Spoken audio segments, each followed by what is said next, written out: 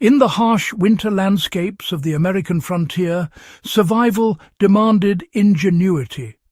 Early settlers, trappers, and homesteading families faced sub-zero temperatures, relentless winds, and snow that could bury homes and isolate communities for days.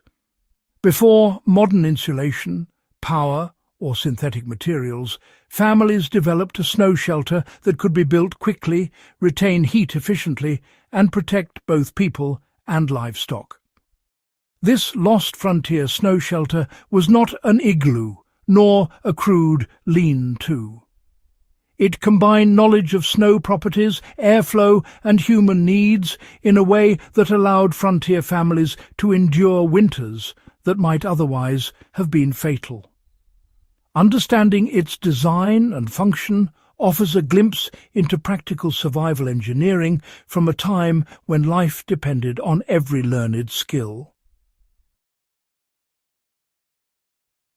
Why frontier families turned to snow for shelter. Wood, the primary building material of the frontier, was often scarce, frozen, or inaccessible during deep winter. Transporting fuel long distances was labour-intensive, and conventional cabins lost heat quickly. Snow, by contrast, was abundant and had properties that made it an excellent insulator. Packed snow contains millions of tiny air pockets that trap warmth, and its malleability allowed settlers to shape structures quickly.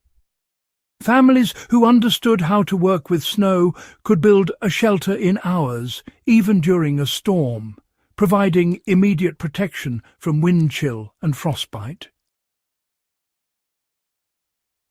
How the shelter used thermal principles to retain heat. The frontier snow shelter functioned like a passive heat battery. Its walls were made from densely packed snow blocks or sculpted snowdrifts, forming a dome or low-roof chamber. Cold air, being denser, sank to the floor, while warmer air from small fires, body heat, or lamps rose, collecting in the upper space. A single entrance tunnel, positioned lower than the main living area, allowed cold air to enter and warm air to remain trapped inside. Families discovered that by adding layers of blankets, furs, or branches inside, they could further reduce heat loss and maintain a survivable interior temperature throughout the night. Why the entrance tunnel was more than a doorway. The tunnel was a critical feature of the snow shelter's efficiency. It prevented wind gusts from penetrating the main chamber directly while allowing controlled airflow.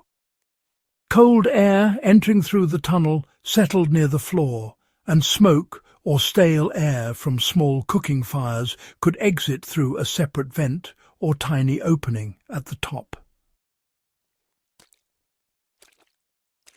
How families constructed the shelter effectively. Construction required no tools beyond hands, sticks, and perhaps a simple spade. Snow was packed tightly into blocks or mounded into thick walls. The dome or sloped roof shape ensured that snow did not collapse under its own weight or external snowfall. Interior surfaces were smoothed to reduce drafts, and sleeping platforms were often elevated slightly above the floor to take advantage of warmer air rising. Families sometimes incorporated small snow partitions to separate living, cooking, and storage areas, optimizing heat distribution and reducing moisture accumulation. Why this shelter outperformed temporary wooden structures in winter. Unlike cabins or tents, the snow shelter naturally insulated against extreme temperatures. The air trapped in snow acted as a barrier to heat loss, and the compacted walls resisted wind penetration. Small fires could heat the interior sufficiently without consuming large amounts of fuel, making it highly efficient for families with limited resources. How the design minimized environmental hazards. Frontier families were aware that snow shelters could be dangerous if poorly constructed.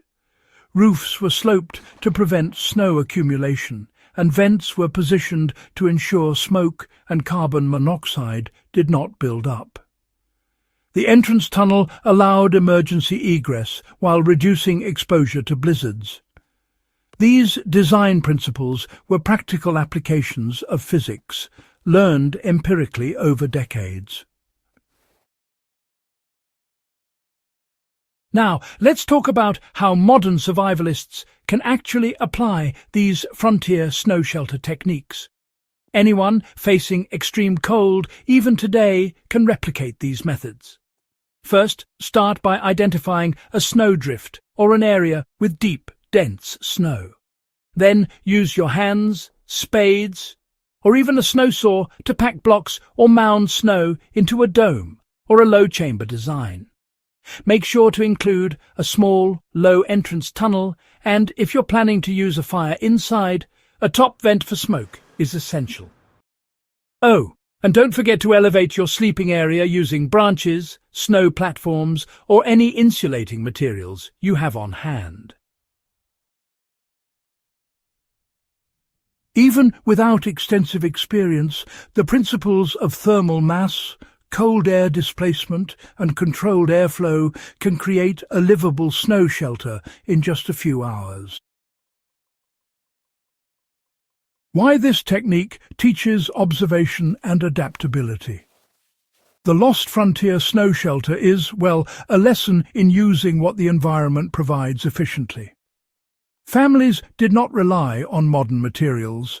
Instead, they observed the behavior of snow, air and heat, and developed solutions that balance safety, warmth and practicality. This knowledge really emphasizes resourcefulness and situational awareness, qualities that are as essential today as they were on the frontier. Why this lost knowledge remains relevant. In an age of power outages, off-grid living or winter wilderness exploration, understanding historical shelter techniques provides a backup when modern conveniences fail. The frontier snow shelter shows that survival does not always require advanced tools. Sometimes knowledge, planning and observation are often enough. It also offers a bit of insight into the ingenuity of families who endured some of the most unforgiving winters in history. If you value practical, history-based survival knowledge and want to learn techniques still applicable today, subscribe to Backyard Wisdom and share this guide with others who respect field-tested ingenuity.